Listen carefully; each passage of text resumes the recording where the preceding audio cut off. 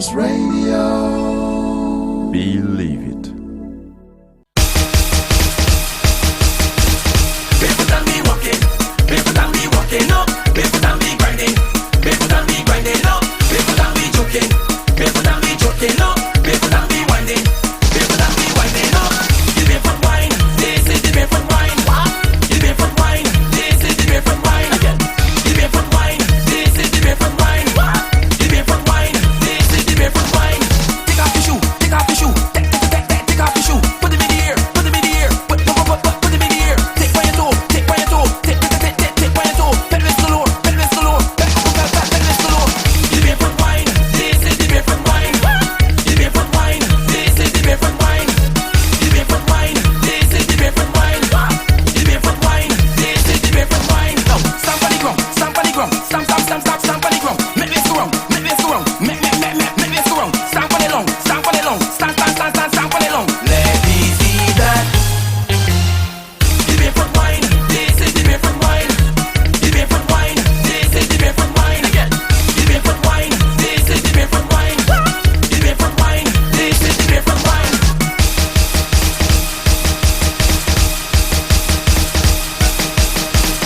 Barefoot and me walking, barefoot and me walking up, barefoot and me grinding, barefoot and me grinding up, barefoot and me joking, barefoot and me joking up, barefoot and me winding, barefoot and me winding up. The barefoot wine, this is the barefoot wine. The barefoot wine, this is the barefoot wine. The barefoot wine, this is the barefoot wine. The barefoot wine, this is the barefoot wine. Wine it slow, wine it slow, wine it slow, wine it fast, wine it fast, wine it fast, wine it low, wine it low, wine it low. Shake your, shake your, shake your. The barefoot wine, this is the barefoot wine. The barefoot wine, this is the barefoot wine. Again. The barefoot wine, this is the barefoot wine. Come again. The barefoot wine, this is the barefoot wine. Take off your shoe, take off your shoe, take off your shoe. Put them in the air, put them in the air, put them in the air. Take by your toe, take by your toe, take by your toe. Pelvis galore, pelvis galore, pelvis galore. The barefoot wine, this is the barefoot wine.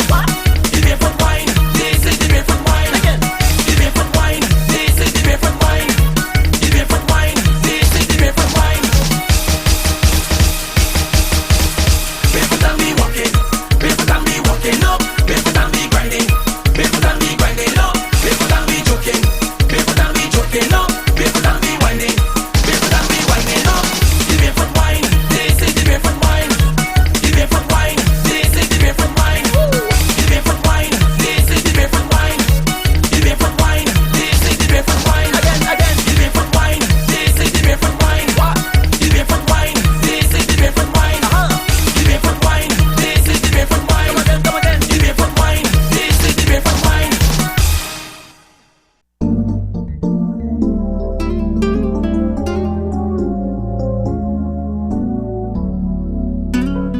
Carrot Voice Radio. Believe it. I'm very excited about what it is you're doing in terms of the audiobooks. And, Thank you. And I'll tell you why, because when I listened to the audio, it actually took me back to when I was growing up and Rediffusion on the radio was there, and you would sit and you would listen because the acoustics was a great feel. Exactly. And you know what's funny is like when I was younger, we used to have cassettes. Remember those? Yeah, Cassettes. yeah. And, you know, there were little tape recorders in a box, and you'd put them in the dash of your car, and then you'd drive to Washington from New York, and you'd listen to an entire story, and you'd learn something, right? Yeah. Or you listen to somebody like Zig Ziglar, you know, get you all excited, right? Yeah, that's what got me excited. And then when you added the Hollywood piece to it, and the actors are performing with such authenticity, it's a conversation that builds a sustainability for the listener. And then That's right. it gives them. What we're trying to do here, Aubry, is we're trying to take audio, business audio, to the next generation. But it's a whole new genre of audio. They have the audio awards, but they don't have awards for the best dramatic business book. Yeah. So they have an award for the best narrated business book. And when you list your book, you don't have a choice. You just have to put down narrator, because if you have a whole Hollywood ensemble, they don't have room for it. So that's why, if you go to www.barefootaudiobook.com, it's set up like a Hollywood movie poster, you see, and it says, from the New York Times best-selling book, The Barefoot Spirit, comes a new form of audio entertainment produced by, and all this. So it's more like a movie, but it's the movie of the mind, you see. So one of the things I wanted to say is there's a lot of talk these days about experiential learning. You've heard it. Oh my God. And experiential learning, it's the latest buzzword. But here's what it really means. It means that people learn quicker and better and recall things faster if they experience the lesson. You put your hand in the fire, you get burned. Well, that's experiential learning. You don't have to study a book about it's going to burn you. You know it. See? So the next thing is, if somebody tells you a story, and this is interesting because it's like from caveman to walkman, right? Yeah. So the caveman would come in and he would get all the cave people together and he'd tell them a story, right? Well, the story always had like a moral to it, or a point, or an upshot, It had some message, and you follow along in the story and you remember the message. And then you leave the cave and you learned that lesson. You didn't have to go out and fight the lion. You heard about somebody else fighting the lion. Yes. But the point of the matter is that if somebody says something to you like, Jim came into the office and pulled up a chair, your brain says, oh, I need an office. So it goes out inside your brain for the memory of an office and puts it in your mind's eye. And then you say, oh, I need a chair. So now your brain goes out and grabs a chair from someplace in your memory and puts it in your mind's eye. But that grabbing and putting, that procuring of those props is actually tagging the information so that now you can remember it. Just like you smell a flower, you remember an old girlfriend. You hear a song, you remember a great time you had, 20 years ago. And the thing is, those are tags, those are milestones, they're touchstones. And those kinds of touchstones are what experiential learning is all about, because the way the brain remembers things is by association. It associates things like touch, smell, sound, music, all of the senses. It experiences those, and it takes the lesson and it tags them to those inputs. So what we tried to do with, it's just so many business books, Aubry, they're just like, here's the 3 things to do, the 5 things to never do, and the 28 things your customer wants from you. And you're going like, I'm so tired, and you're falling asleep, right? But that's prescriptive learning. That's where somebody's telling you what to do. They're giving you some kind of an outline. So for like the past 25 years, almost all business books are outlines. In fact, if you open a business book, you'll see that it's an outline. It actually has, titles and then, bullet points and all that. So we wanted to do something different. So instead of doing prescriptive text, we decided that it would be more fun to just create a skit, to just create a scene, to just show a story. And we're showing it, in audio, so you can jog and drive and multitask. The problem with video, including script, is it immobilizes your mobile device. You have to stop and look at your screen. But if you can just put on your earbuds and put your phone in your pocket, you can keep on jogging or, chopping wood or whatever you're doing, driving, and you can learn something at the same time. So that's why we chose that form of education and infotainment, because we thought that we could get to more people the Barefoot Spirit is really an attitude about doing business. It's an attitude about your fellow man. It's an attitude about win-win. It's like the team spirit. It's like, that's the spirit. Or, gee, that guy's got great spirit. And what they're really talking about here is tenacity and sticking to it, or believing in yourself, confidence.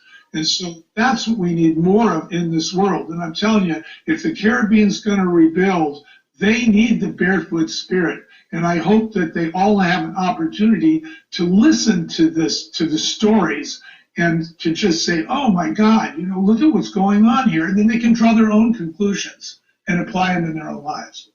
I'm glad you're saying that, and I'm very excited. I'm going to play one of the audios now in terms of listening to what it is that you guys are saying and kind of the energy that you bring. I can't sell more. Don't put a flower on it. And for Christ's sake, don't make it a chateau. He was getting a little wound up. Michael figured Brown was seeing the rows and rows of identical-sounding wine brands and thinking about how much trouble he had getting them to move. Make the logo the same as the name. It has to be something familiar, something people will recognize and remember. And whatever you do it in plain English. Got it. Michael didn't want to get the man any angrier. He hoped Brown would pick up his wine when it was bottled. Thank you. I appreciate your time. Michael got up to leave. He had just reached the door when... A Houlihan. Make it visible from 4 feet away. She has to be able to see it when she's pushing her cart down the aisle. Now get out of here. I got work to do. All of that was gold. But that last point, the last sentence just before Brown booted Michael into the hall, would become a cornerstone of Michael and Bonnie's wine business philosophy. They just didn't know it yet.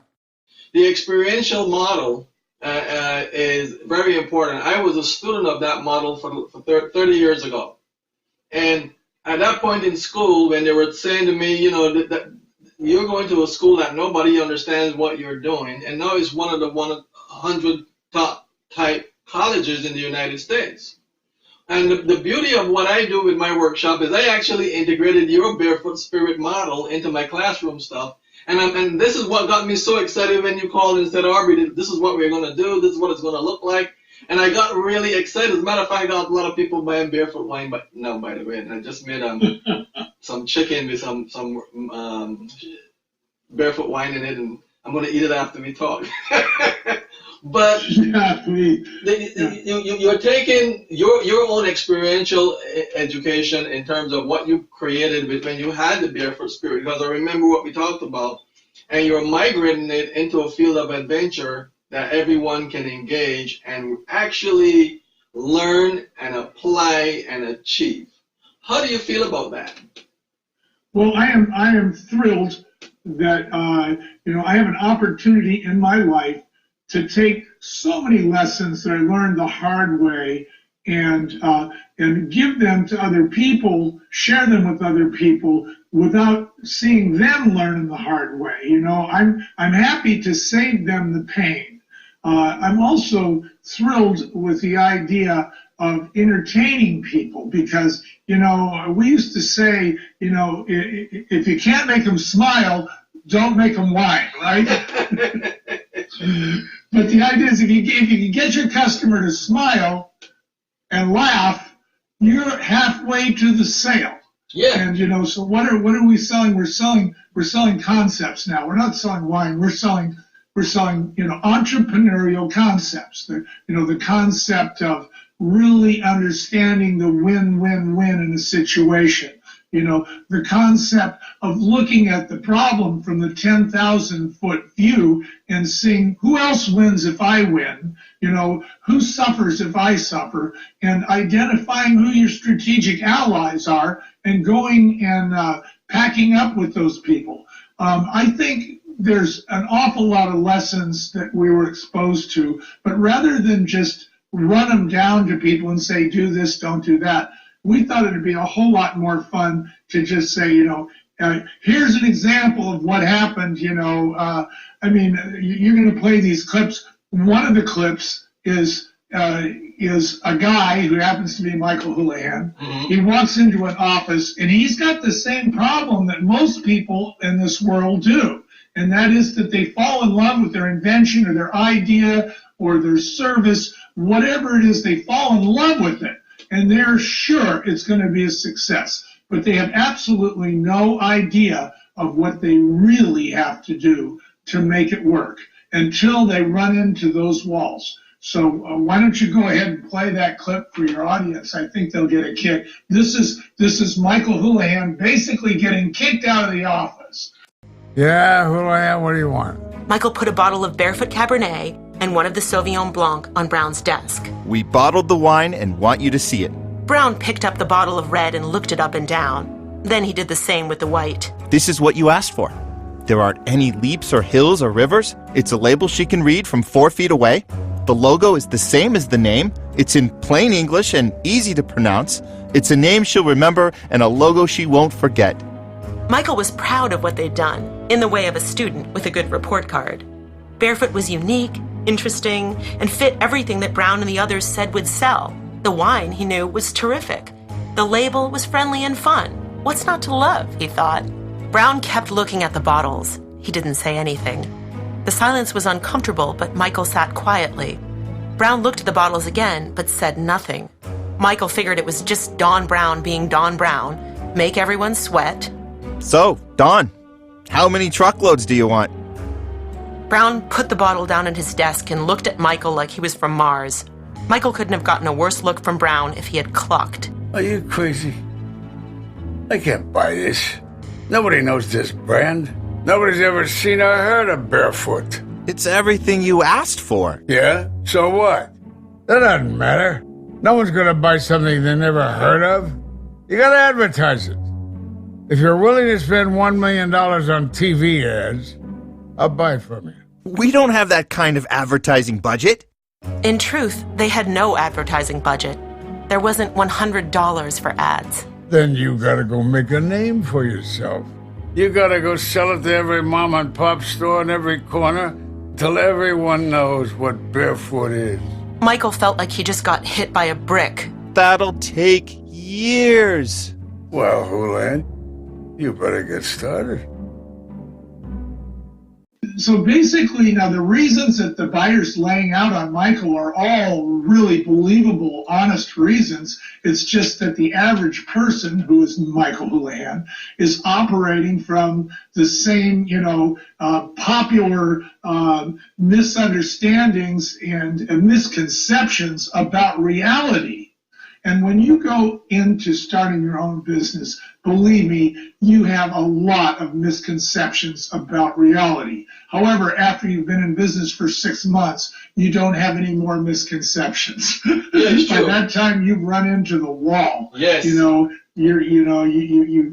finally go, oh my God. It's like if somebody said to me, Michael, you're going to be the CEO of a company that is going to wind up being the largest wine brand in the world. But in order to get there, you got to get down on your hands and your knees on a dusty linoleum floor in Tallahassee, Florida, where it's 90% humidity, and you got to have a pricing gun in your hand, and you got to be pulling bottles out of a box, putting prices on them and putting them on the shelves yourself, even though you're the CEO, even though that store bought it from a distributor who bought it from you. Because if you don't do it, nobody's going to do it. If somebody told me that going into that business, I would have said, you're kidding me. I thought wine was all about sniffing and swirling and, sipping and, saying some French terms and talking about mid-notes. Well, forget about the mid-notes. It's interesting that you're saying that because it really puts a visual call to order on the guy who is going out and saying, I want to be an entrepreneur, and because I'm the CEO, that means I'm not going to have to work that hard. But one of the things I like about what you do when you present, number one, you keep it real. You're a valuable asset in the edutainment program as far as I'm concerned.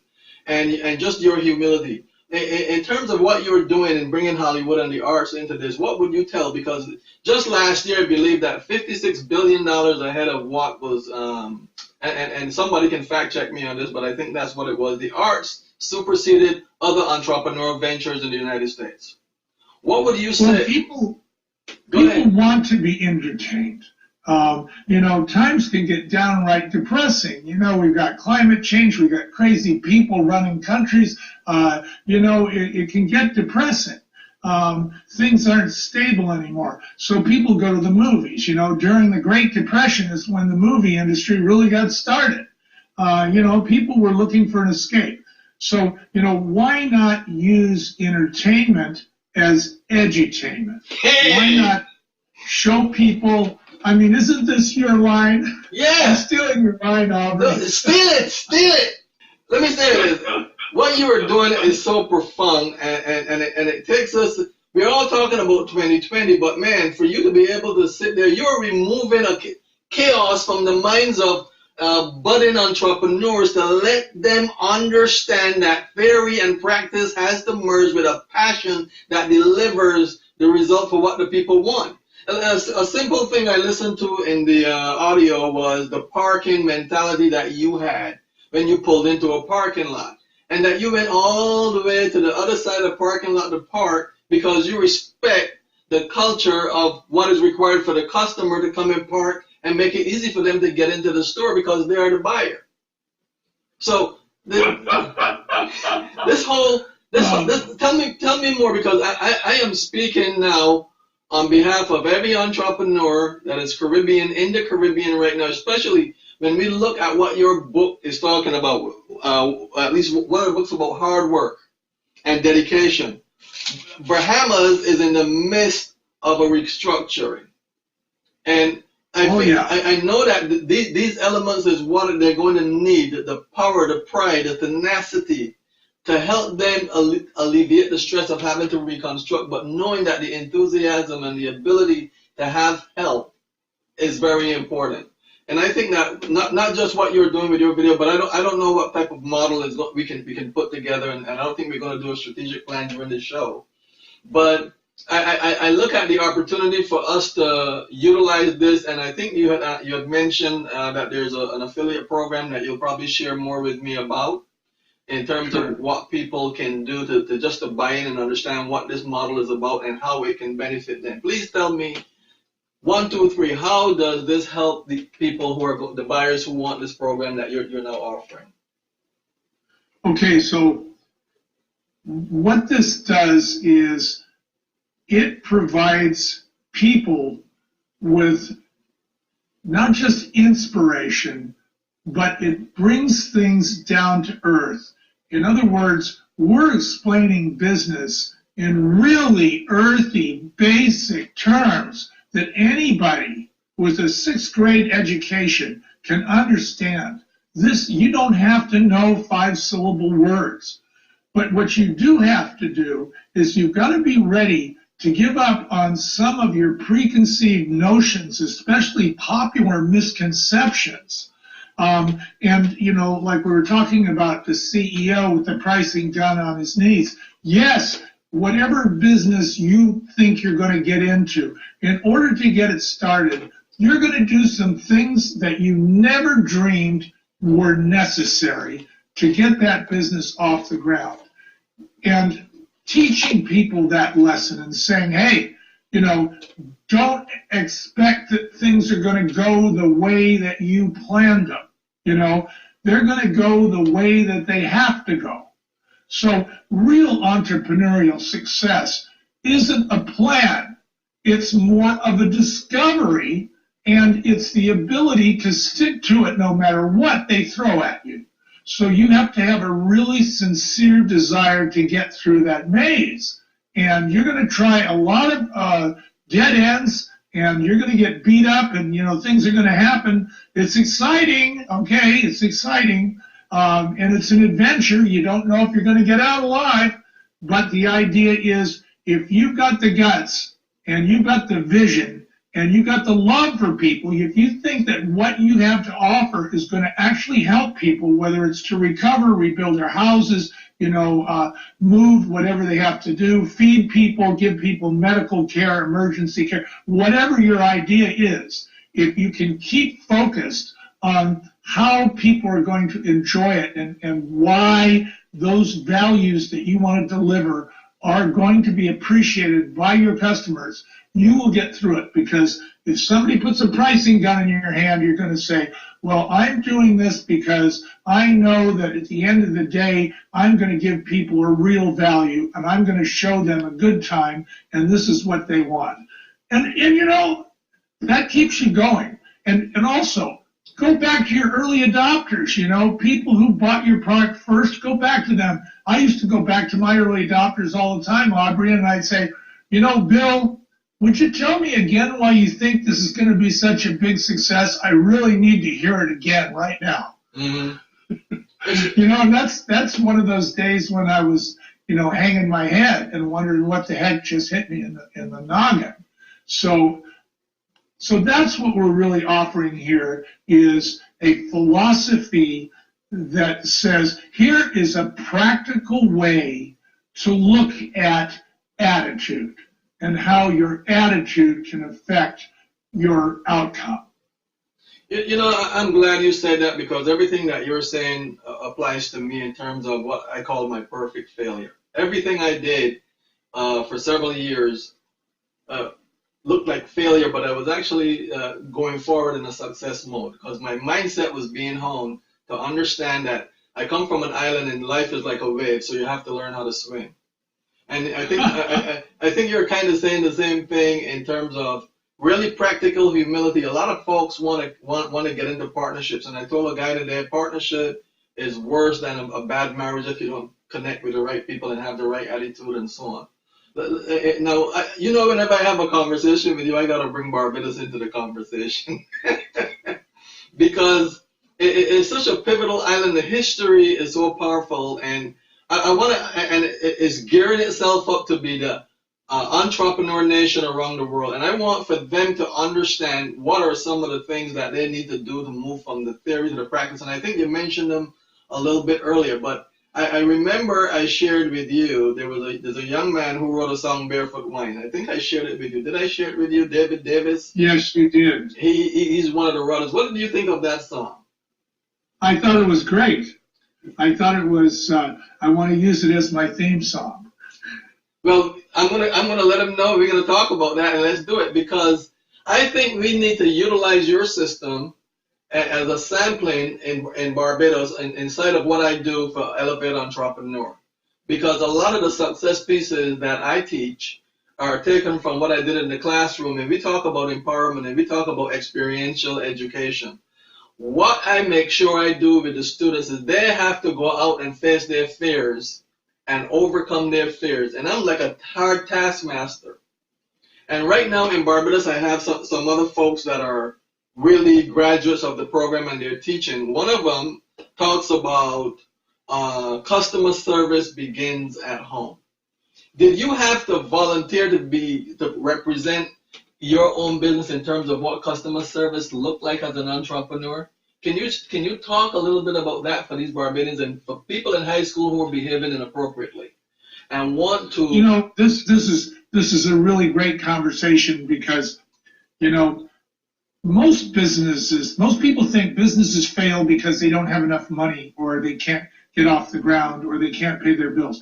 You know, when most businesses fail, they fail when they're in the expansion mode. And the reason they do is because they haven't really figured out the cost of sales. They know what the cost of goods are, but the cost of sales involves something you're talking about. It involves the cost of customer service. So you wind up selling and you get a lot of people buying your product or your service, and then you find out, oh my God, I got to go take care of these people. Now they bought my product or service. Something is wrong with it. I have to go take care of it. And this is why one of the problems with the Barefoot Spirit addresses is this whole business of, and we like to use foot analogy, you know, like keep your feet on the ground and your head in the clouds. But another one is baby steps, right? Mm-hmm. A lot of people, they try to leap. Don't leap. Don't scale fast to fail fast. How about this? Scale slow and don't blow it. Okay? Here's why. When you first sell your product in your neighborhood or in your city or in your region or on your island. Don't try to sell the world. okay? And here's why. You want to see what it is that you have to do to provide customer service to the few people who bought it, because it's a learning experience for you. This is your opportunity to find out. It's not what's wrong with your product, it's what's missing, what else they want from you. And so there you have it. The idea is start slow, make your mistakes in a small place. We say, hey, don't sell your product any further than you can drive from your house and apologize and get home in one day. Wow. Wow. Because those people are going to become referrals for you. And if you take care of them. That's right. They become referrals. And the other thing, too, you have to remember that's part of the Barefoot Spirit is you want to get the reputation of being a hot mover, okay? A hot mover. Here's what that means. It means your goods or services are selling rapidly. And even if they're only selling rapidly to a few people, a few stores, or a few institutions, that's okay as long as they're selling rapidly. But they're not going to sell rapidly without good customer service. So it's better to provide excellent customer service and be a hot mover in a small place than it is to be mediocre or a non-starter in a larger territory. So just remember that you're really, entrepreneurship is not a destination. It is a journey, and the journey is a journey of education. You're learning while doing, and you're out there, you sell something, you go, oh my God, I never dreamed that anybody would misinterpret what I was trying to do this way, or hey, I never realized that I had to put a sign up there that's 5 inches tall that says, don't do this. I never realized this. Well, the thing is, if you can get that act together before you take your show on the road, you'll go a lot further down the road because you're going to have the reputation of being a hot mover, and that's going to precede you. And that's what everybody wants in this life. Everybody wants to jump on the bandwagon. Everybody wants to bet on the winner. Okay, so be the winner, even if it's in a bush league baseball team. Be the winner. That's so powerful, so important, especially now when I don't know if I think I sent you an email and I said, and that's so crucial.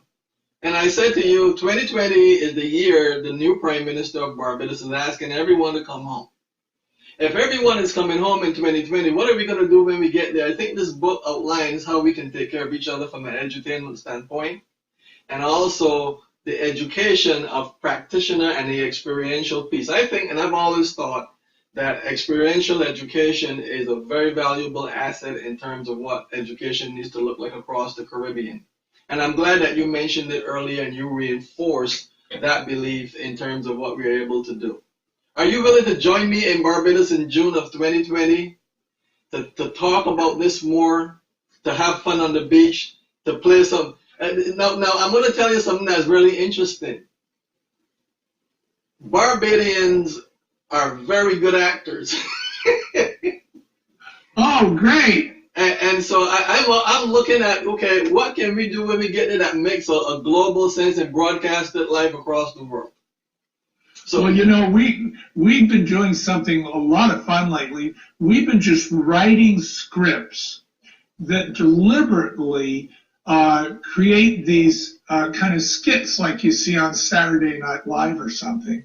And the actors demonstrate a point. I'll give you an example. So we have students from all over the world who are studying to their master's degree in entrepreneurship or business or innovation or whatever they're calling it these days.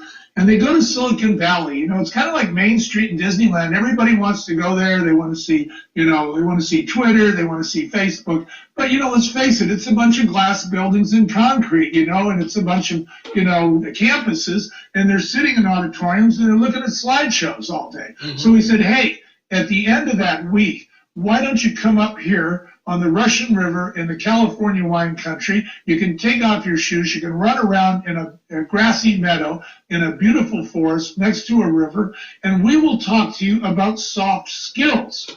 Now, soft skills can earn hard cash. Yes. But you see, it's not being taught anymore. This is something that died in the last 2 generations. So you have a whole new generation that, has a really hard time striking up a conversation with the stranger because they don't have a screen in front of them that provides them with some kind of a safety net.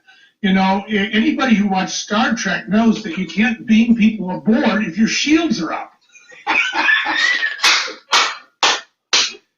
Michael, are you trying to start a movement? So we teach this course called How Soft Skills Earn Hard Cash. All right?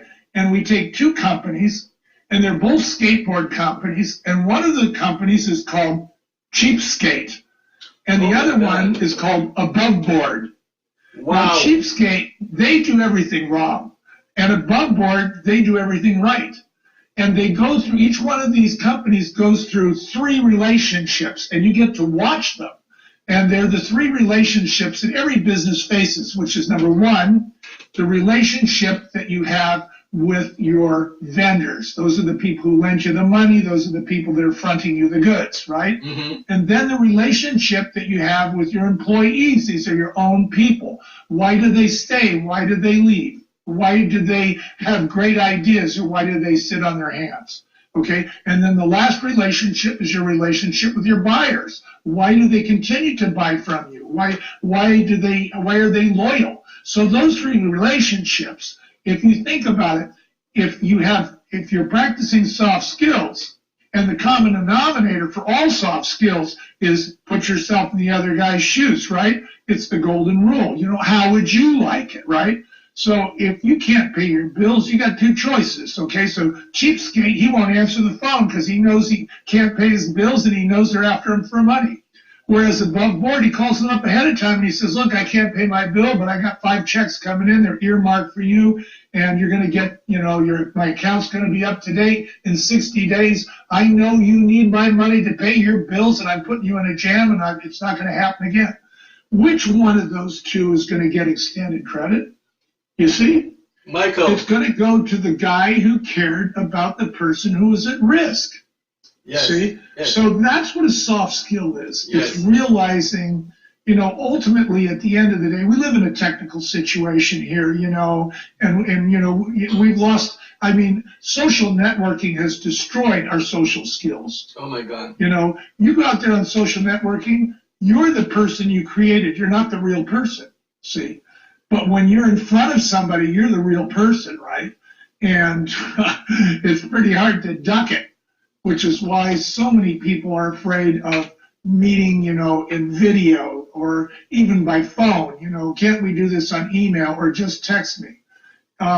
So I'm recommending, and the book talks about it, is face-to-face. You can go a long way face-to-face and just put yourself in the other guy's shoes. Say, hey, this guy's afraid to do business with me. He thinks I won't pay his bill. Well, no kidding. No kidding. That's exactly what he's thinking. So now that you know that, deal with them that way. Say so. Say, I realize you're taking a risk here, and here's what I'm going to do to mitigate the risk. So in the Barefoot Spirit book, the new audio book, there's scenes where we actually call up our debtors and tell them in advance that we can't pay our bills. Yeah. And they don't hang up on us. They say, you're exactly the kind of customer I want. Yes. Yes. It's something. It's real. This is what we've got to do. This is what they've got to do in Barbados. This is what they've got to do throughout the Caribbean island. They have an opportunity, to start over. Well, let's not bring some of those old-fashioned, selfish ideas from the past to the table. Let's start off with some new ideas. That's exactly, this is a movement we are starting here. You realize that, right? Yeah, it's a movement. This is not a one-time interview. It's not a one-time conversation. It's an authentic conversation because you're speaking to things that remove pain, hurt, envy, greed, anxiety, and most importantly, professional stupidity. Amen to that, brother. Because this is what I keep saying, and I kept repeating it. My cousin in London called me and he said, Aubry, I'm doing this new podcast and it's called My Perfect Failure. And I said, I'm excited. You just saved my life. And I said to him, I'm not going to tell you how you saved my life until I interview you. And I'm going to interview him after this because I'm talking to you. I'm going to put this out on podcast. I'm going to be pushing this in every network, every social network, every practical scenario, and so on. And there's a movie that just came out that I want to recommend that you take a look at. It's made in Barbados. It's called the Freedom Fighter. It embodies a lot of what you were saying now back then before Barbados was an independent nation. And it really creates a kaleidoscope of understanding exactly what you're talking about, because the hardship, the hustle, the heart that built America's #1 wine brand is actually the same type of formula we're going to need to reconstruct and create sustainable value for our independence. It sounds like a Marley song. Yeah, listen. I'm going to have to come out to California. We're going to have to jam. We're going to have some fun. Do you like? Have you ever heard of soca? You like soca? I like soca, sure. You know, it's interesting. You can come over here and listen to mine. What we could probably do is bring some entrepreneurs and have them come hang and play some music, and let's do edutainment.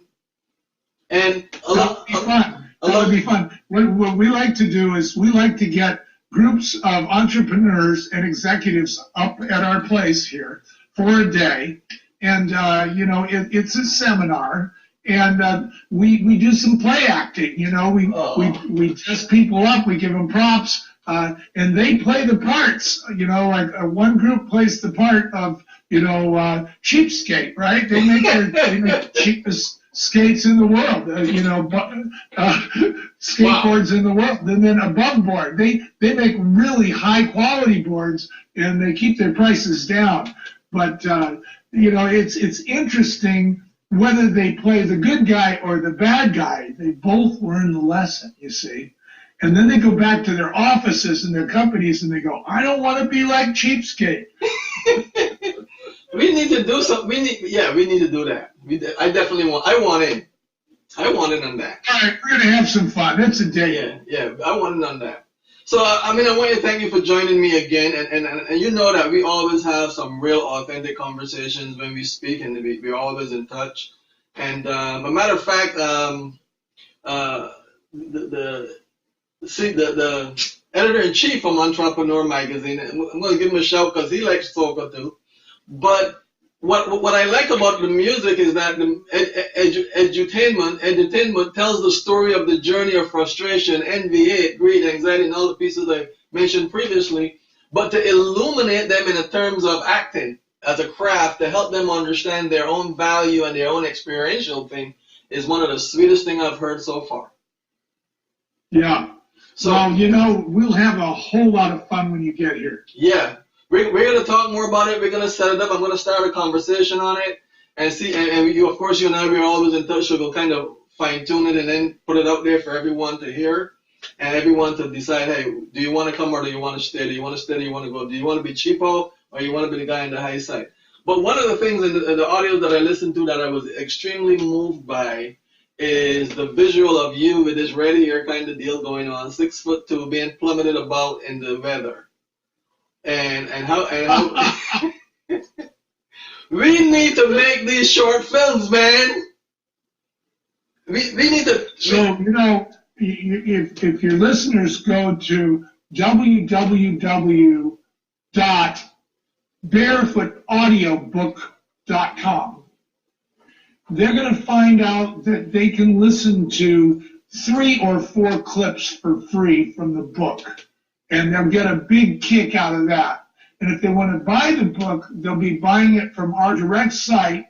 It's $9.95. But if they use Voices20 as a discount code, like Caribbean Voices, if they use Voices20, they'll get 20% off. Okay. Now tell me, making that deal available to your listeners right now. Yeah, right now. Let's do that because I'm going to put that up on the website. So is that part of the affiliate program? That is part of it, and the other part of it is that everybody who buys using that code is going to wind up earning you a donation for your program. Thank keep you. your program on the air and to keep you doing the good things you're doing. Thank you so much. I think that's very important now because we have to elevate the conversation, the behavior, the practitioner approach to education, even from babies all the way through. And I'm excited about this because I can see it alleviating hurt in families. Sure. You know? So let's sell a whole lot of books in the Caribbean, and let's get people going for the Barefoot Spirit, and let's keep the Caribbean voices, singing. Yes, and we're gonna have more fun. So thank you for joining me. Any last words that you want to share inside this verse and come to Straight Talk and Motivation? All I want to say is that from the bottom of my heart, I am very, very concerned about my friends in the Caribbean, and I wish them the very best. I know that they have a huge rebuilding challenge ahead of them. I come from near Santa Rosa, California. Last year, we lost over 6,000 homes, or 2 years ago, and that's slowly being rebuilt. So the fact is, you can rebuild it. It will get rebuilt, but you got to hang in there. It's going to be tough. And I'm hoping to provide you with all the encouragement, insight, and experience and inspiration that I can. Thank you so much. And again, I'm excited that you always think of me first when you're coming up with these new opportunities and these new ideas. Continue to engage and share, and hopefully we will get to have a good time in Barbados in 2020 and beyond. I know right now that we have a lot of Barbadians in California. I'm going to start reaching out to the Consul General's office and so on in the north and the south, and let's get some action going. And also, you're our man in the Caribbean. That's right. So we're going to rebuild the Bahamas. Thank you so much. Let's do it. Let's do it right this time. Let's do it right this time. Thank you. Have a pleasant good evening. All right, and you too. Okay, take care. All right, so you're listening to Carib Voice Radio coming your way live inside Straight Talk and Motivation. I just had a really wonderful conversation with the founders, Michael Houlihan, the founder of Barefoot Wine, and his book, The Barefoot Spirit, How Hardship, Hustle, and Heart Built America's #1 wine brand. Now, I'm really excited that he talked more about experiential education because that's my background in terms of my collegiate experience. And I'm going to share more about that as we go forward throughout this program and as we move into 2020, as we get ready, gear up to go to the island of Barbados and have some fun and really stand up as a sustainable entrepreneurship nation. Stay tuned, keep us on the lock. Shake up the thing for me. Shake up the thing for me. Shake up the thing for me. Girl, you got the formula. The formula. Girl, you got the formula. The formula. I can see why you're popular. You're popular. Girl, you got the formula. Girl, you got the formula. Bust a wine for me now.